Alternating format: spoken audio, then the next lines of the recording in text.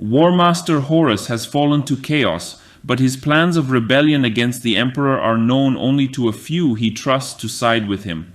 Primarchs Angron, Mortarion, and Fulgrim of the World Eaters, Death Guard, and Emperor's children respectively have all sided with Horus, and their 4 legions gather in the Istvan system, on the pretense of crushing a rebellion by the Istvanians.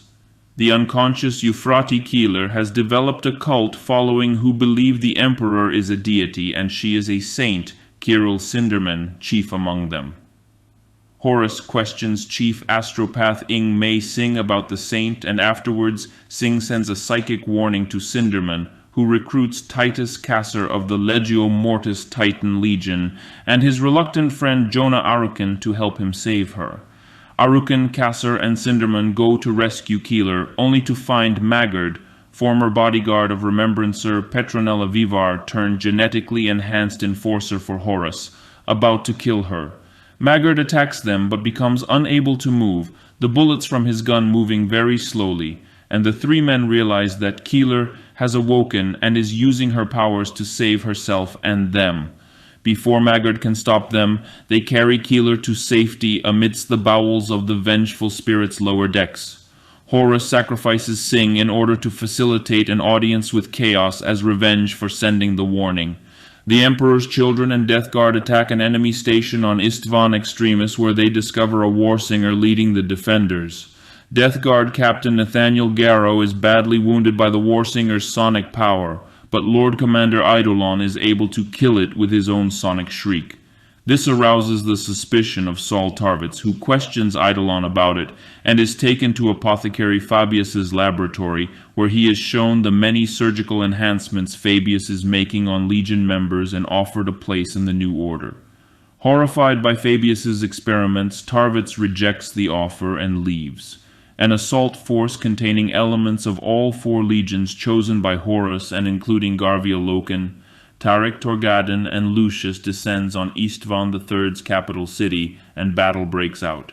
Suspicious at the hand-picked nature of the assault force, Tarvitz talks his way into remaining in the fleet when the assault force deploys and investigates the gun decks, where he discovers the ship's crew loading lethal virus bombs into the ship's guns. Realizing that the Marines deployed to the surface are about to be betrayed and wiped out, Tarvitz steals a Thunderhawk and flies for the surface to warn them. He is pursued by members of his own legion who are part of the betrayal, and in desperation puts himself at the mercy of Nathaniel Garrow, who is excluded from the assault force and relegated to commanding the frigate Eisenstein due to his injuries. Garrow, an old friend of Tarvitz's, believes him when he tells him of the imminent betrayal and orders the Eisenstein to fire on the Thunderhawks pursuing Tarvitz.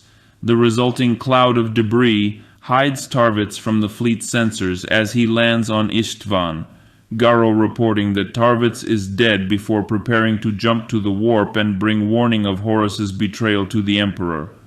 On the surface, the sons of Horus, World Eaters, Emperor's children, and Death Guard, whom their primarchs deemed too loyal to the Emperor to rebel against him, battle the rebel Istvanians. The sons of Horus's drop pods scatter throughout the target area, and they struggle to link up and capture their objective, the Siren Hold. Lucius leads the Emperor's children half of the attack on the Precentor's palace, while the World Eaters under Captain Erland become bogged down massacring fanatical citizens in a plaza to the north, and the Death Guard advance through the city's defensive trenchworks. Lucius succeeds in killing the rebel governor, Vardus Prahl, and the Emperor's children capture the palace. Tarvitz then arrives and warns them of their imminent betrayal, tasking Lucius with transmitting a warning to the sons of Horus and Death Guard while he goes to warn the World Eaters. Awakened screaming by a premonition of the virus strike, Euphrates Keeler transmits the vision to Sinderman and Mercedes Olutun, who realize the betrayal that is about to take place. The majority of the Emperor's children and sons of Horus are able to take shelter beneath the palace in time, but few of the World Eaters or Death Guard reach the shelter of bunkers, and more are killed when Horus follows up the virus bombs with an orbital strike that ignites all the gas in the atmosphere, burning the entire planet. Crewing the Daisy Ray in support of the Death Guard, Jonah Arukin and Titus Kasser hear the command to power down and seal their machine, their princeps Esau Turnit being loyal to Horus, and so having received warning. Kasser realizes the truth after they ride out the virus strike and firestorm and attacks Turnit, pleading with Arukin to help him. But his insistence that the Emperor is a god alienates Arukin, who does not believe and chooses ambition over friendship, shooting Kasser dead. In the fleet, Horus gathers the remembrancers from the vengeful spirit and shows them the bombing before ordering his men to open fire, massacring them. Kirill Sinderman and Mercedes Olatin escape alongside Euphrates Keeler when she leads them to Yaktan Cruz, the sons of Horus's elderly and often dismissed third captain, who leads them away from the massacre. The four arrive at the vengeful spirit's hangar and plan to steal a Thunderhawk but are intercepted by Maggard. Cruz and Maggard fight but are evenly matched until Sinderman picks up Maggard's dropped pistol and shoots him in the side, allowing Cruz to finish him off. The four steal a Thunderhawk and flee, guided by Keeler to the Eisenstein, where Nathaniel Guerrero takes them aboard. Infuriated by the survival of the Loyalists on the surface, Angron spearheads a World Eater's attack wave to destroy them without waiting for Horus's orders. Angron and his traitor World Eaters assault their Loyalist counterparts, and Tarvitz flees on Erlin's orders to take command of the other survivors.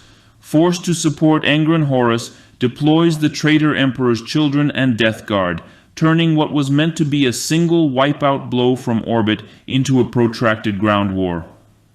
Tarvitz emerges as a brilliant leader, commanding the Loyalists as they repel wave after wave of traitor attacks while slowly being whittled down.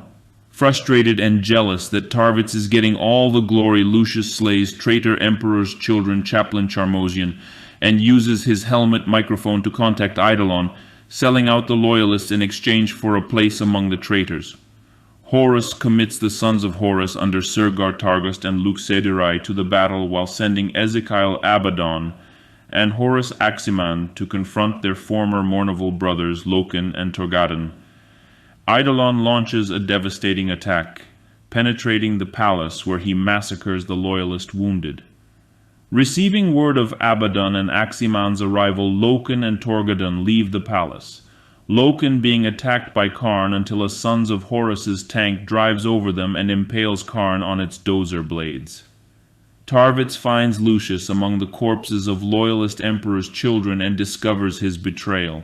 The pair fight, and Tarvitz is hopelessly outmatched until he copies something Loken once did when fighting Lucius in the practice cages, and drops his weapon in favor of punching Lucius in the face.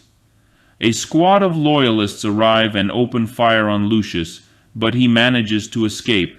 Leading the surviving Loyalists he pulled out of the fight, Tarvitz takes advantage of Eidolon's undisciplined attack and manages to repel the assault. Loken and Torgadan confront Abaddon and Aximand in the ruins of the city's parliament building. The confrontation splits into two duels as Loken fights Abaddon and Torgadan fights Aximand.